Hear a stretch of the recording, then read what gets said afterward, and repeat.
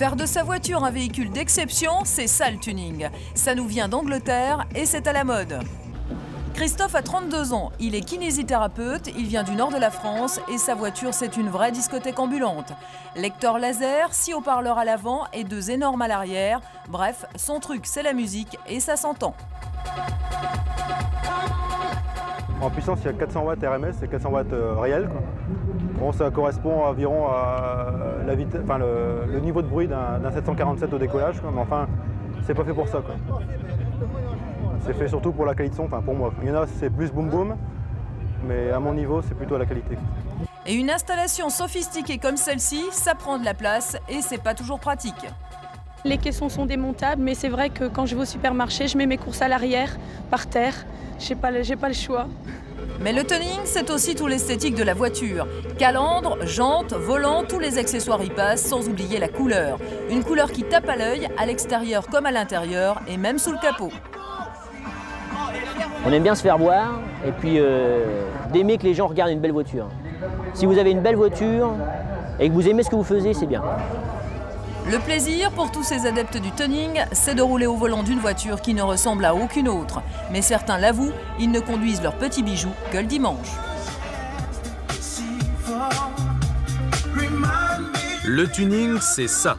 Transformer sa voiture à outrance.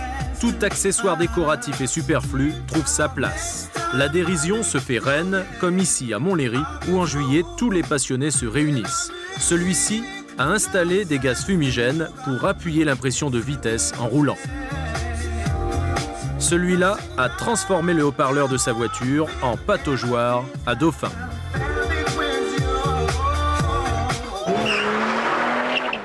Le plaisir ultime, le voici.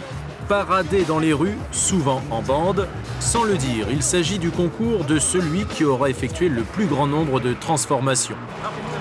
Chacun aime se comparer à l'autre, mais pour être le plus beau, cela coûte cher. Franchement, je crois que je pourrais pas chiffrer.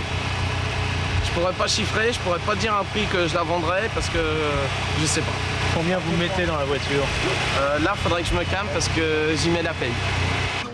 En fait, ces jeunes achètent souvent des petites GTI d'occasion pour environ 30 000 francs, auxquels ils ajoutent fréquemment plus de 100 000 francs d'accessoires, le plus cher étant la sono.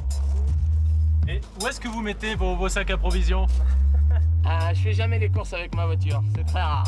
On va mettre normalement un laser qui est destiné spécialement au concours de sono.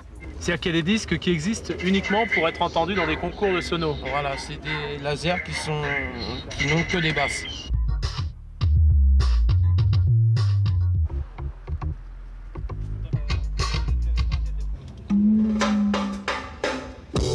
Le concours de sono, c'est laisser juger sa voiture par des professionnels de l'hi-fi équipés de micros et d'appareils de mesure.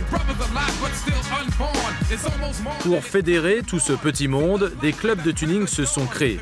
Ils se donnent rendez-vous le soir, souvent sur des parkings, pour imaginer l'inimaginable. La grande récompense, voir sa voiture en photo dans les magazines spécialisés. Nous, on est fiers. Les gens connaissent maintenant Club ED.